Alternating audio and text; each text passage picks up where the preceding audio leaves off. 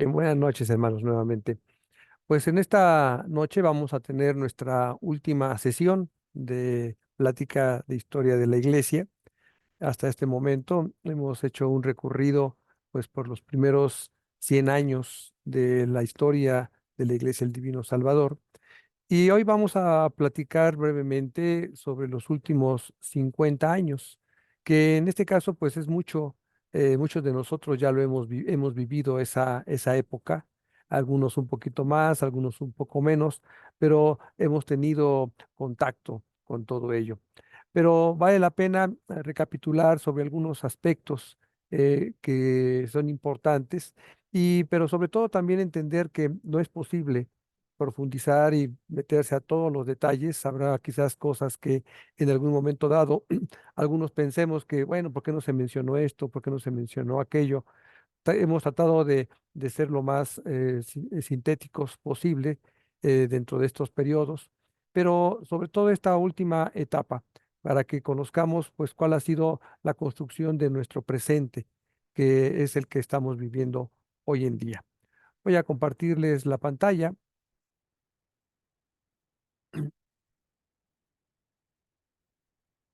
Y tenemos que el día de hoy vamos a ver los últimos 50 años de la iglesia de 1974 al año 2024.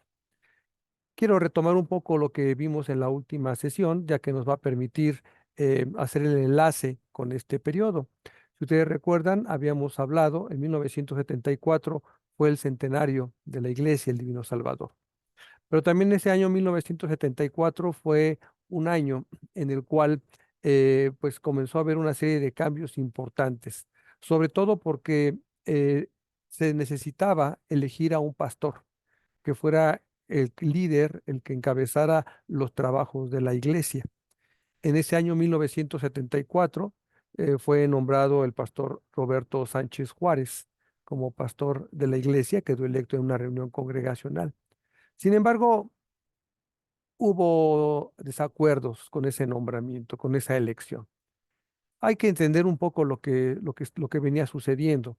Piensen ustedes, habían pasado prácticamente 100 años en donde prácticamente fueron tres pastores los que estuvieron al frente de la iglesia.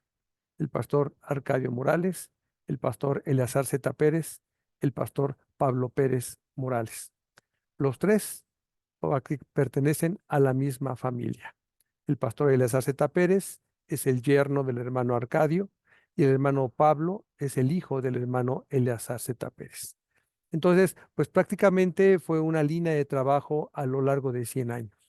Pero en 1973, al renunciar el pastor Pablo Pérez, pues lo que va a suceder es que se crea un vacío muy importante, porque prácticamente va a venir una nueva generación de pastores, que en este caso algunos de ellos habían sido formados dentro de la propia iglesia, como el pastor Pablo Angulo.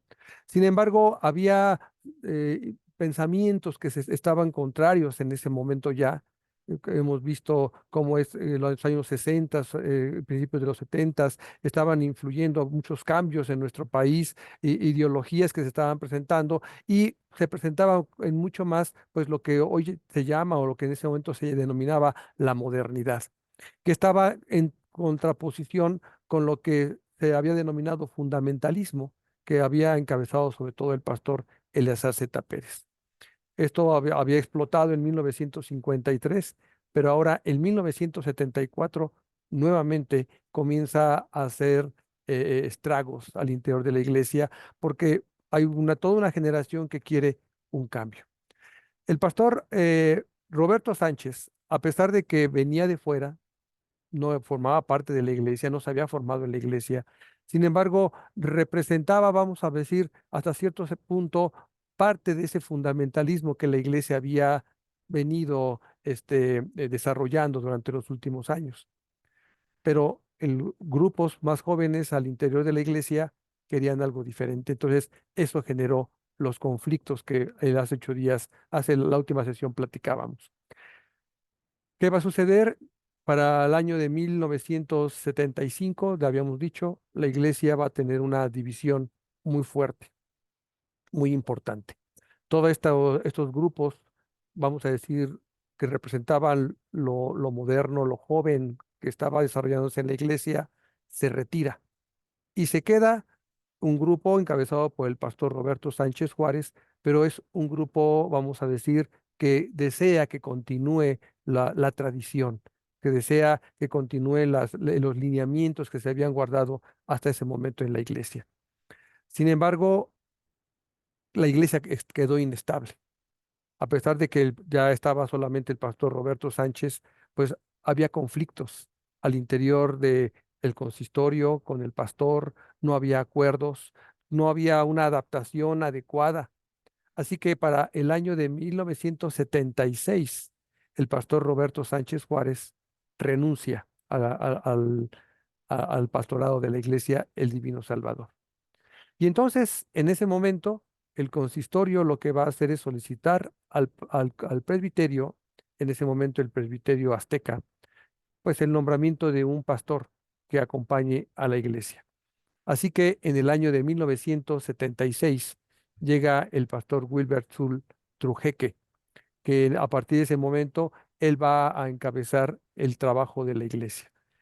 En este caso, al hermano, pues le toca una etapa difícil, porque simplemente la iglesia venía de una división. Habíamos comentado que habían quedado grupos, pues principalmente de ancianos, o sea, personas mayores, muchos niños, jovencitos, pero los jóvenes, digamos, más o menos entre las edades de 15 años en adelante, prácticamente se habían retirado de la iglesia. Y jóvenes, personas ya adultas, jóvenes, pues de los 20, 30 años, 40 años, también se retiraron de la iglesia.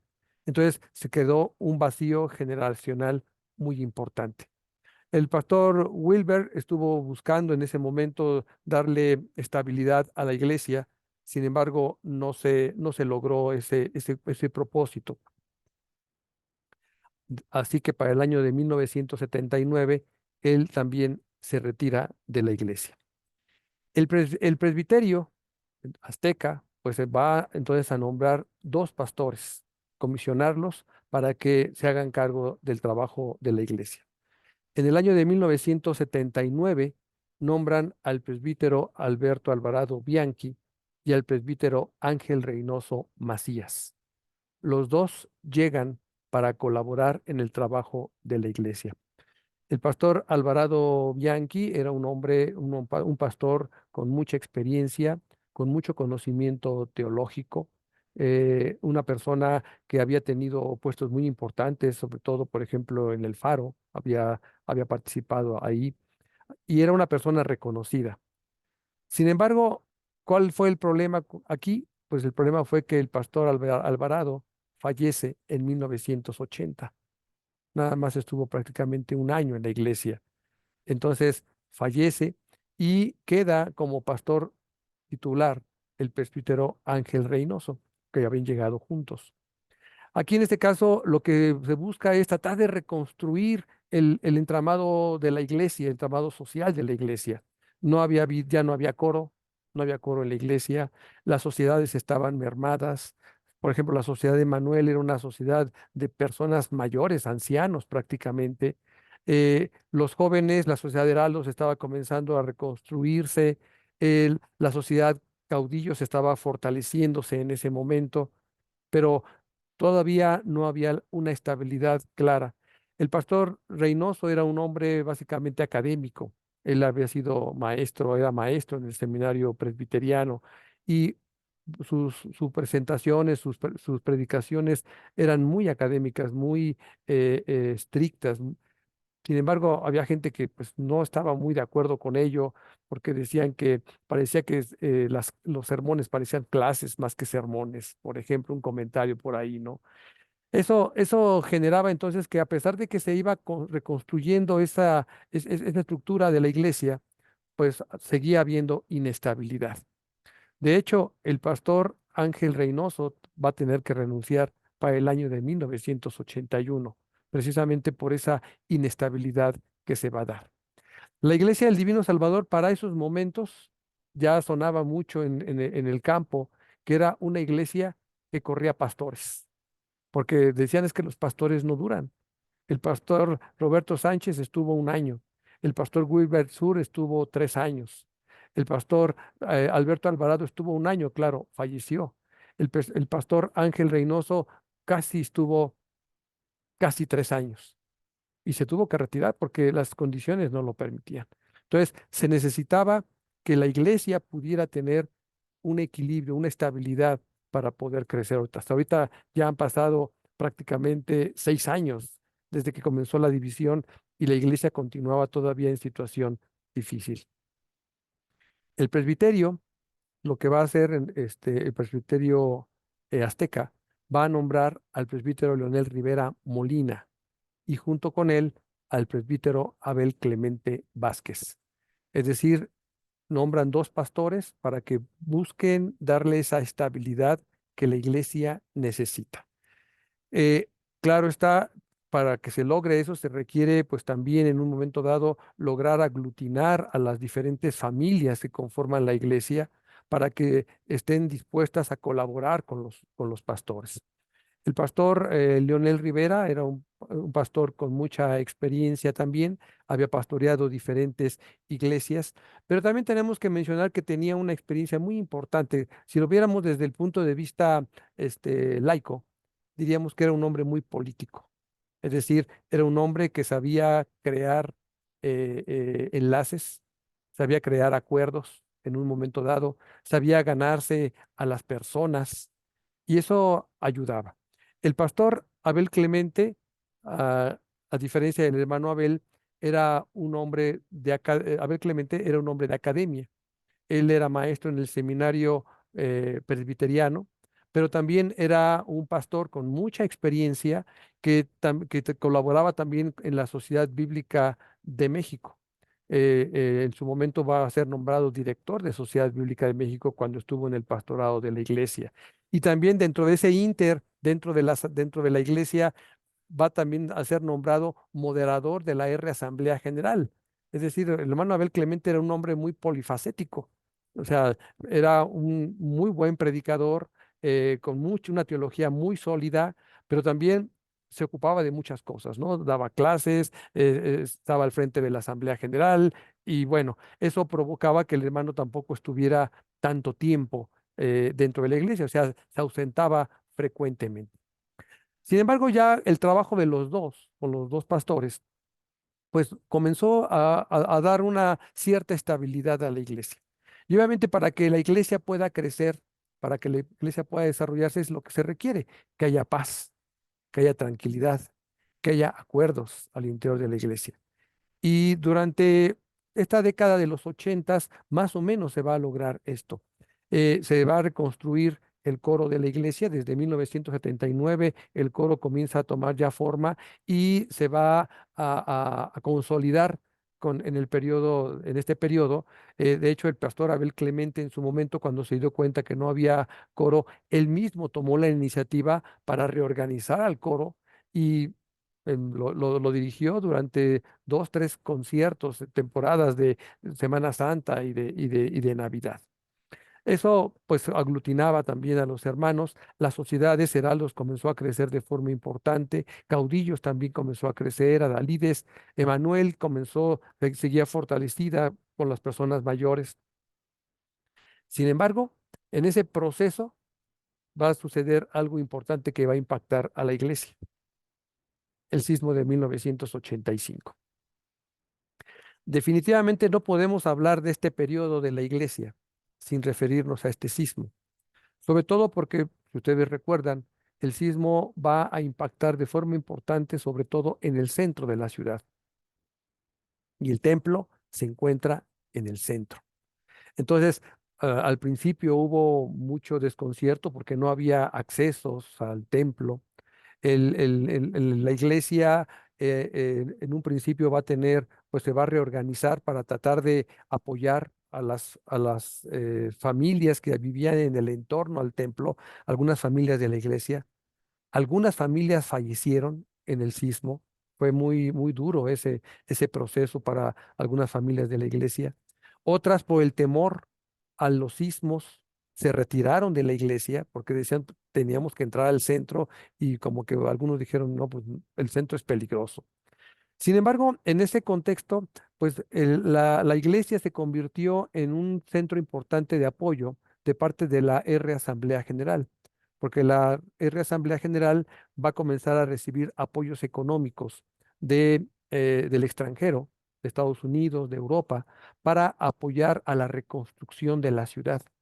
La R Asamblea General creó un organismo que se llamó COPER, que era un órgano de cooperación de la Iglesia Presbiteriana para la reconstrucción.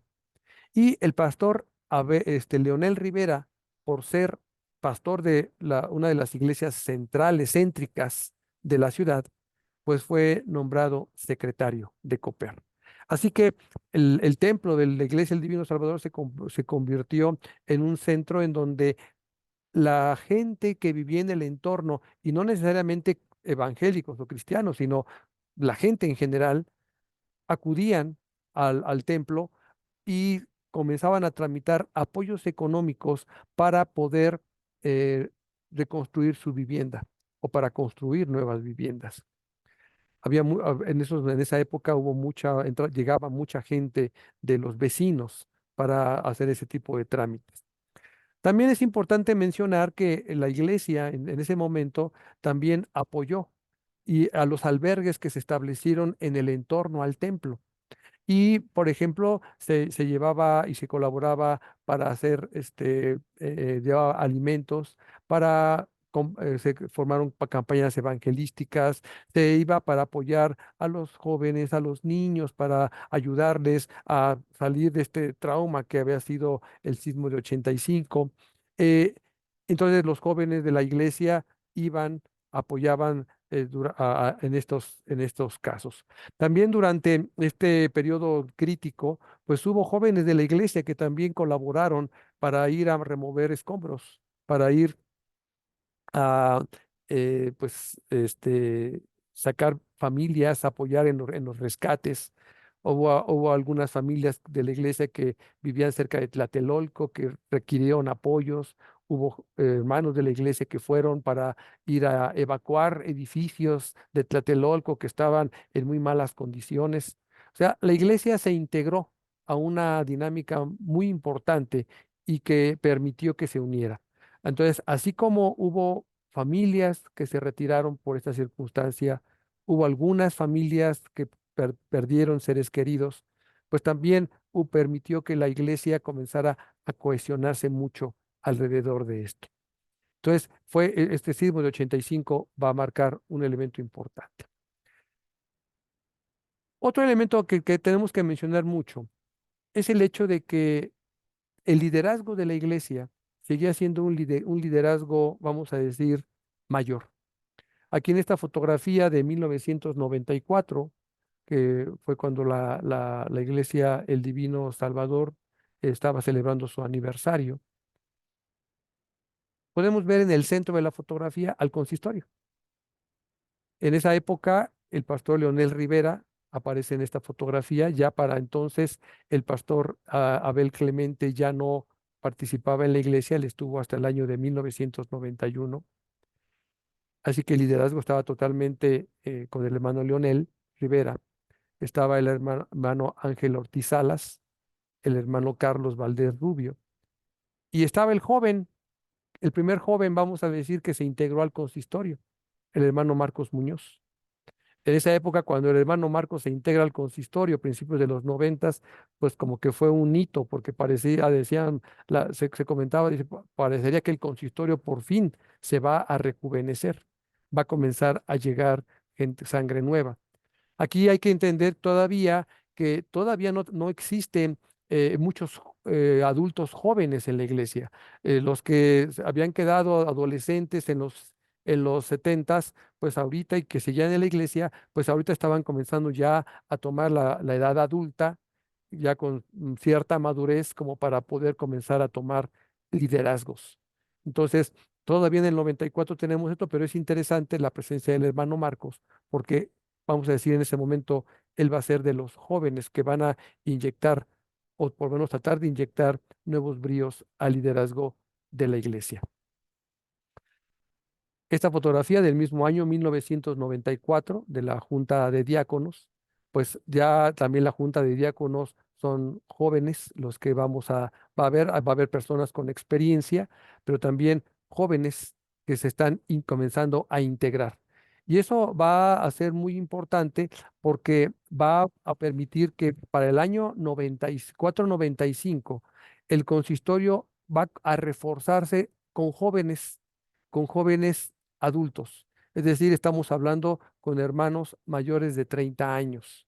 Ahorita vamos a ver esas imágenes, en donde ya no solamente aquí vemos a la Junta de Diáconos más joven, con personas más jóvenes, sino también el consistorio va a comenzar a rejuvenecerse en los siguientes años.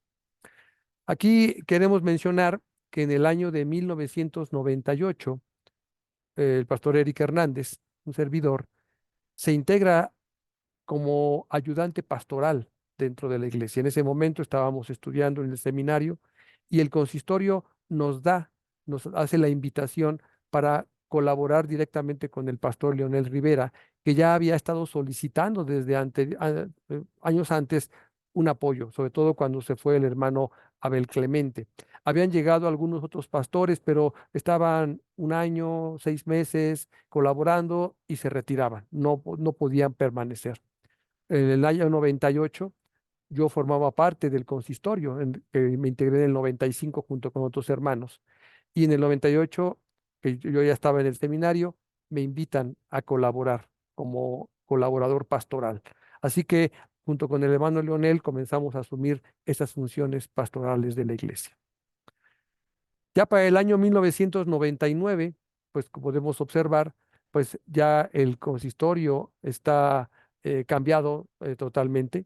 Ya no están los mismos hermanos de 1994, solamente está el hermano Marcos Muñoz, y aquí podemos reconocer a algunos de los hermanos que estaban en ese momento, ya sangre diferente que se estaba integrando al consistorio. Y obviamente eso permitía ahora sí tomar eh, energías para poder desarrollar nuevos proyectos en la iglesia. Parecería que finalmente la iglesia ya estaba estabilizada, ya se habían cubierto los vacíos generacionales que se habían quedado desde el 74 y había el surgimiento de nuevos liderazgos. En este año, pues la iglesia, podemos observar, pues está teniendo un impulso importante.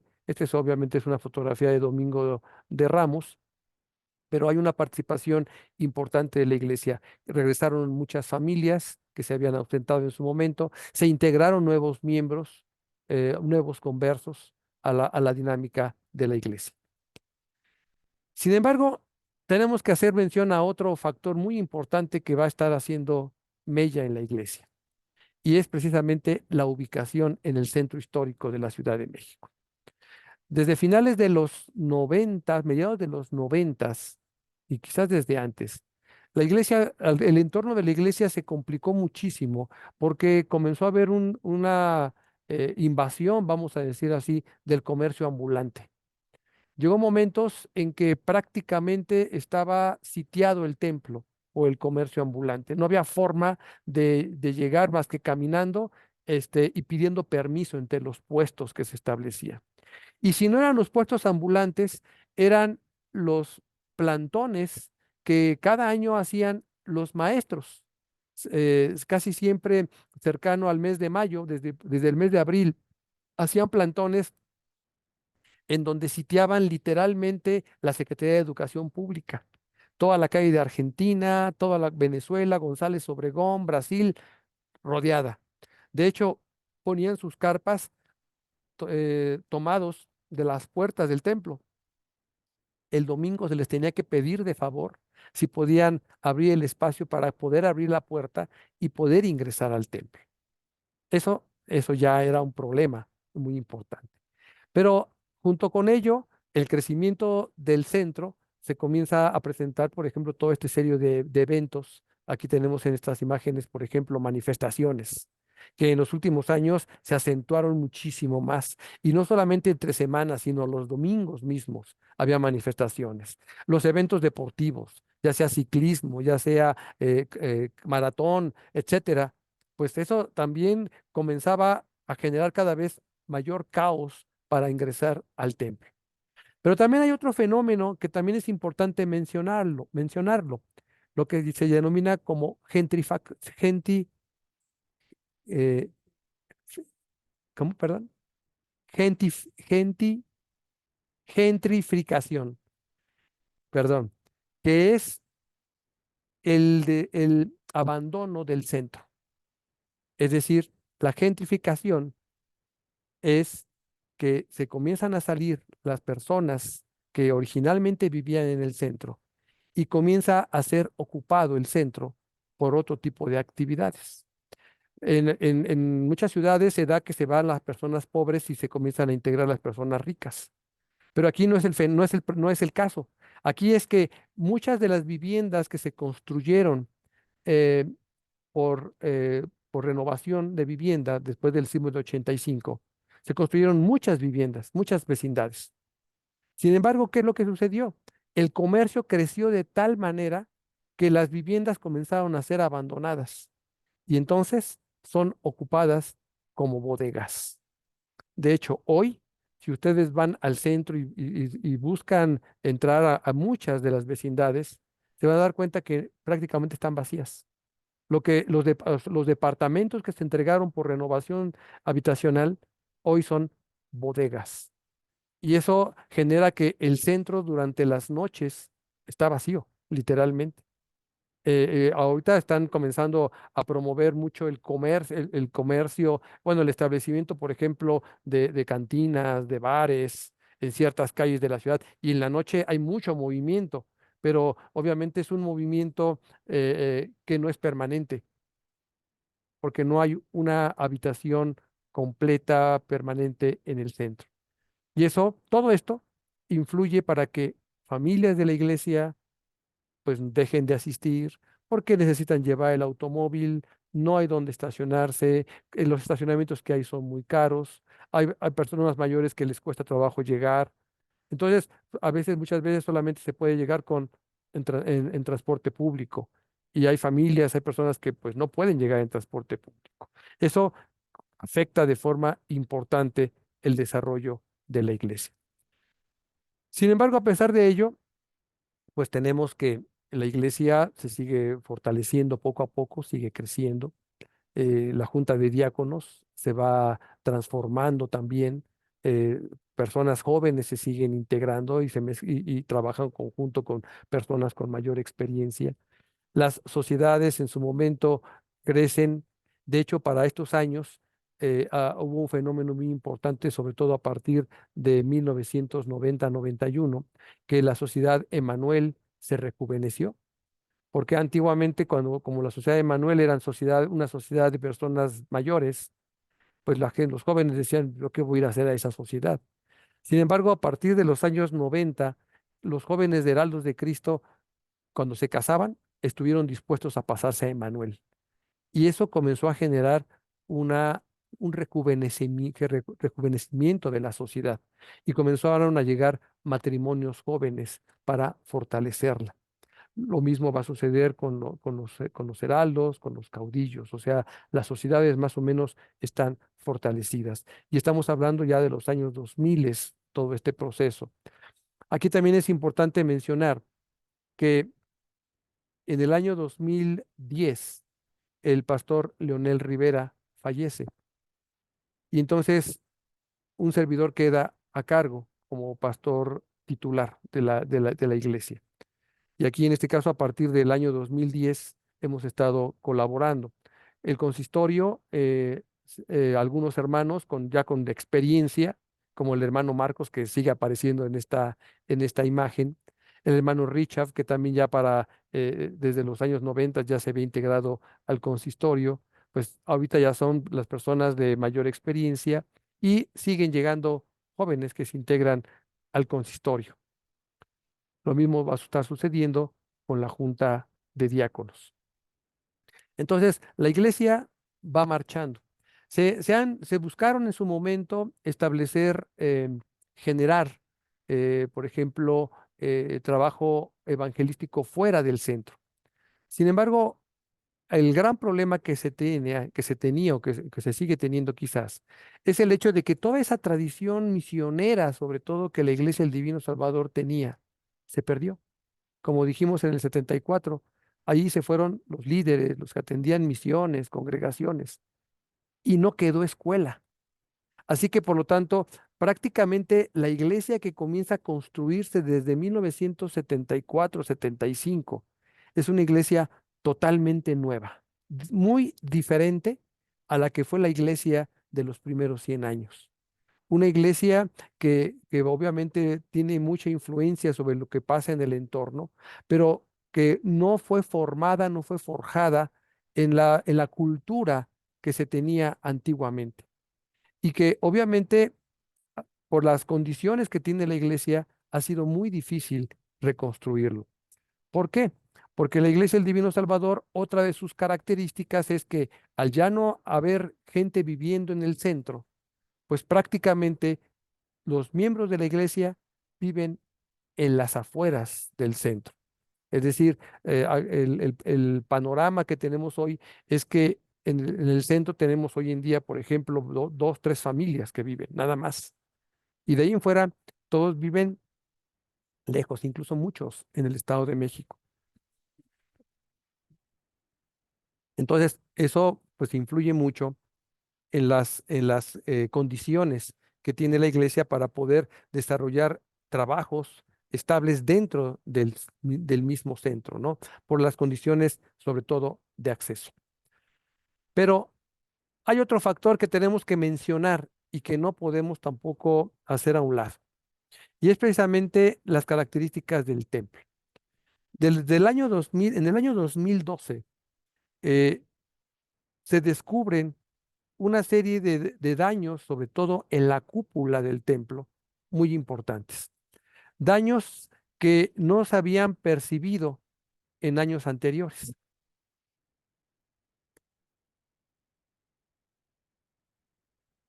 En el año de 1985, cuando fue el sismo, prácticamente podríamos decir que el templo no sufrió daños. Solamente hubo un fracturamiento importante en el piso, en la parte viendo el templo hacia el frente del lado izquierdo. Una fractura que recorrió toda la nave. Se levantó el piso, pero se arregló y al parecer no hubo nada importante. En la zona de caudillos de Cristo, o sea, en el coro alto, que estaba todavía el departamento de cuna, había un muro que separaba caudillos del resto del coro alto. Bueno, ese muro se fracturó totalmente. Todo se fracturó. Se tuvo que derrumbar porque generaba un riesgo importante. Pero eso fue todo. Sin embargo, en 2012, cuando se comienzan a hacer trabajos de impermeabilizado del techo y en donde se levanta todo el impermeabilizado que había, porque eran capas y capas y capas, se descubren estas fracturas. Y si ustedes observan, no son rayitas, son literalmente separaciones del material que incluso se podía ver del interior del templo, se veía la azotea, se veía la luz cómo entraba. El espesor del techo son más o menos 40 centímetros. Y entonces se levantó todo esto y se comenzaron a detectar fracturas y fracturas, es decir, daños que venían desde el sismo de 85 y que por los aplanados y los impermeabilizados nunca se vieron, quedaron ocultos. Y entonces, pues se inició un trabajo muy, muy intenso para tratar de reparar el techo. De hecho, es interesante esta fotografía en la parte inferior izquierda, porque a la hora de comenzar a levantar el piso y comenzar a remover materiales, se descubrieron estas ollas. Es decir, al principio dijimos, uy, son ollas antiguas de la colonia y a ver qué encontramos ahí. No, no había nada. Eran ollas del siglo XX que se usaban, según nos explicaron el arquitecto, que se usaba como un método para evitar poner grandes cantidades de material y de esa manera hacer más ligero el techo, la construcción. Eh, Hoy se utilizan otros materiales para hacer ligeros los techos. Bueno, en esa época eran ollas. Encontramos más de 100 ollas en el techo, pero desde el 2012 hasta el 2017 fue un trabajo muy importante porque obviamente muy costoso hacer las reparaciones. Se tuvo que reforzar la cúpula porque la cúpula también estaba dañada y se descubrió que había un sobrepeso extraordinario, no solamente en el techo del templo, sino también en el anexo, en donde por el paso del tiempo había muchos toneladas de material.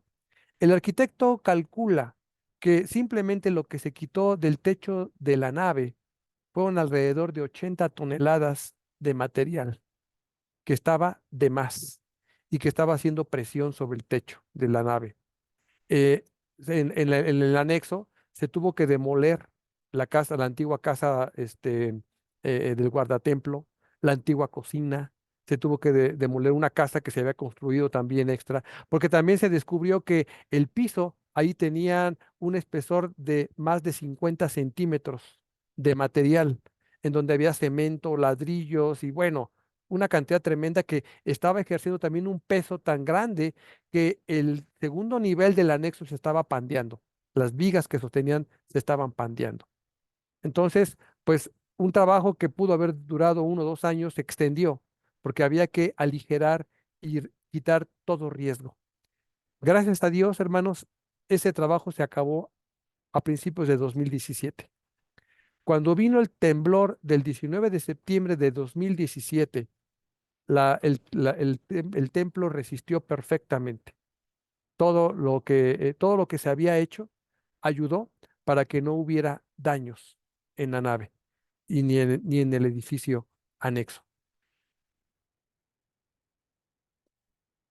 Uno pensaría que el trabajo de la iglesia debe ser eminentemente espiritual. Y esa es la misión, predicar el evangelio, predicar la palabra de Dios.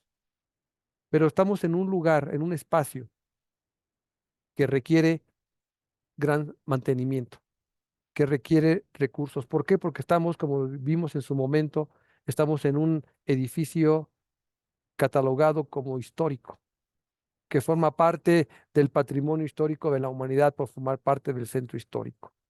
Y nosotros somos responsables de ello. Al mismo tiempo que también tenemos que velar por la seguridad de nosotros.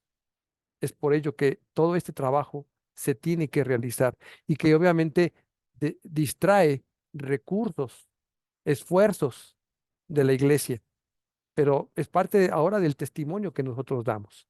En 2017, el consistorio ha ido cambiando, se ha ido reforzando de una manera importante.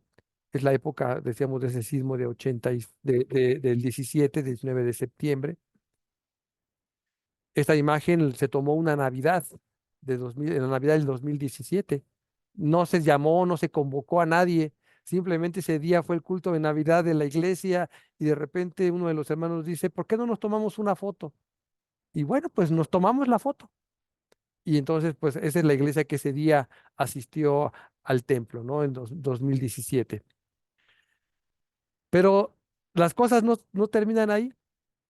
Si queremos hablar y entender lo que pasa en nuestra iglesia, pues tenemos que irnos ahora a la pandemia de COVID-19 que se va a dar en el 2020.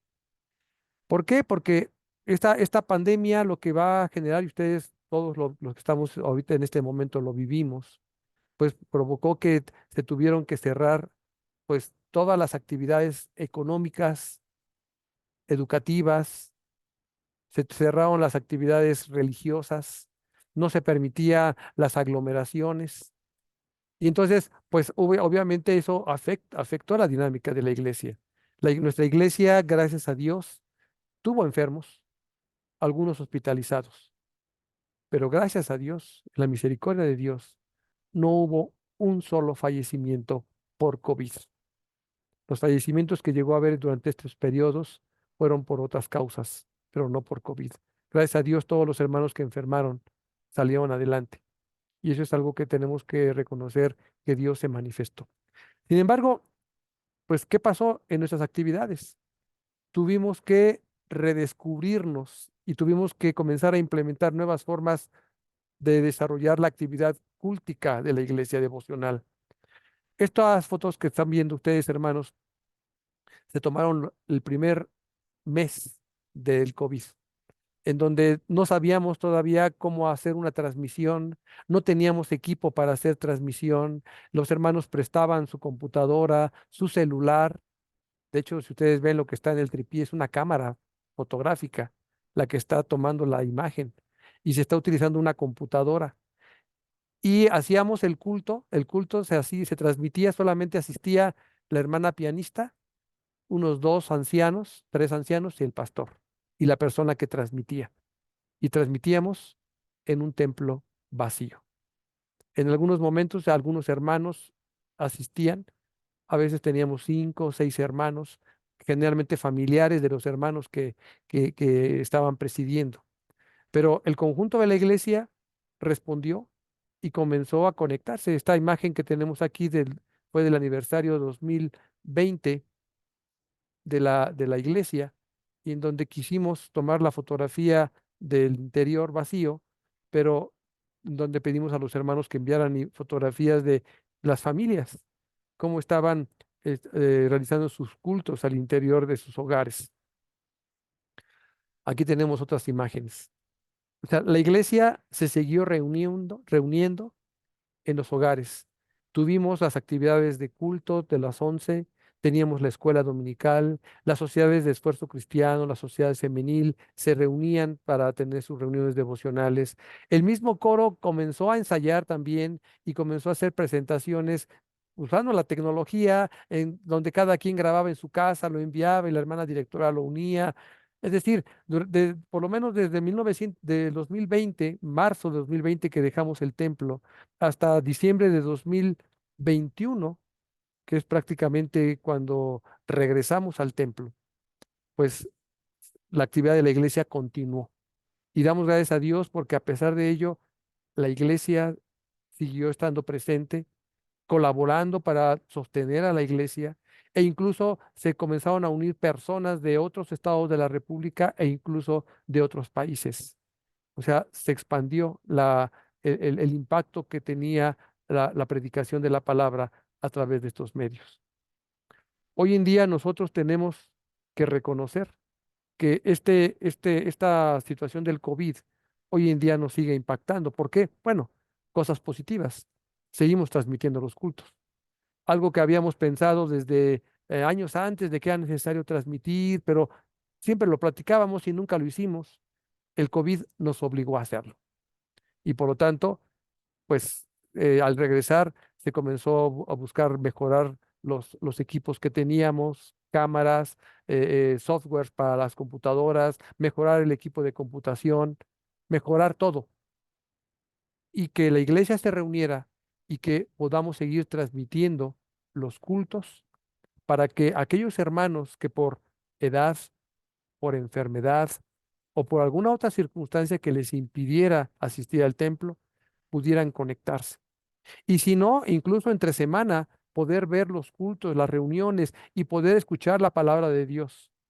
Creemos que eso ha estado ayudando y creemos que es de bendición para la iglesia. Obviamente hay una consecuencia de ello. La asistencia al templo disminuye. ¿Por qué? Porque ahora conocemos la circunstancia de que, bueno, pues ya se nos hizo tarde, bueno, pues lo vemos por televisión, que no debe ser, porque como iglesia tenemos que reunirnos. El Señor nos convoca a reunirnos. Esto solamente es una herramienta para apoyar el trabajo, sobre todo para apoyar a aquellos hermanos que tienen dificultades. Sin embargo, bueno, nuestra naturaleza humana la entendemos y sabemos que eso es lo que pasa. Pero también algo importante que debemos considerar es es que algunos hermanos incluso han dicho, ¿saben qué? Pues hay que quitar las transmisiones, porque la gente no asiste por ello. No es tanto por esto.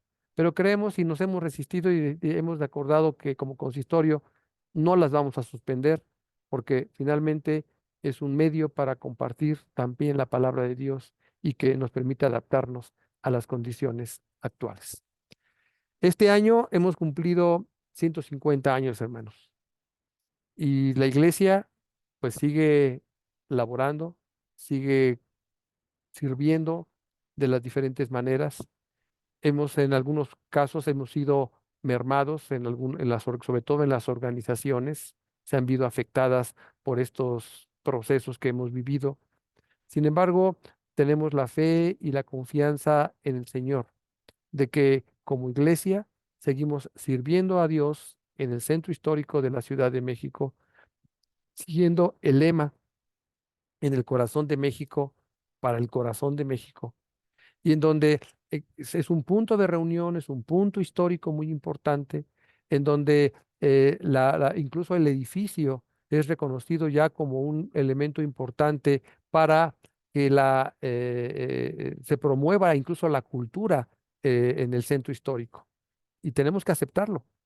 Nuestro edificio es un edificio que es histórico y que las autoridades finalmente lo aprecian y en algún momento dado nos lo solicitan para actividades diferentes al culto y tenemos que aceptarlo, porque finalmente permite que la gente conozca este edificio.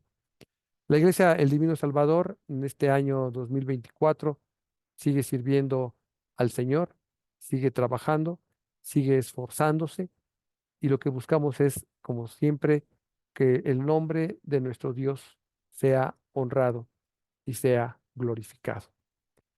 Todo esto, hermanos, que hemos platicado durante estas 7 sesiones, eh, forman parte de un libro que se ha escrito sobre la historia de la iglesia. Ahorita este libro está en proceso de revisión editorial, se está terminando de conformar por editores para ser publicado. Lo que hemos platicado aquí, pues es solamente una parte de lo que se narra en el libro. En el libro hay mucho más detalles de todas las épocas. Hay alrededor de unas 80 fotografías que se han incluido desde los 150 años. Y esperamos, Dios mediante, Dios dirá cuándo será la posibilidad de poder publicarlo, porque consideramos que es importante que se conozca esta historia. Como hemos dicho, la historia de la Iglesia del Divino Salvador forma parte de la historia del presbiterianismo en la Ciudad de México, porque el presbiterianismo en la Ciudad de México comenzó a partir de esta iglesia. Todo esto para la honra y gloria de nuestro Dios. Bien, hermanos, pues con esto terminamos esta plática. No sé si ahí exista alguna pregunta, algún comentario que quieran ustedes hacer. Solamente agradeciéndole a Dios.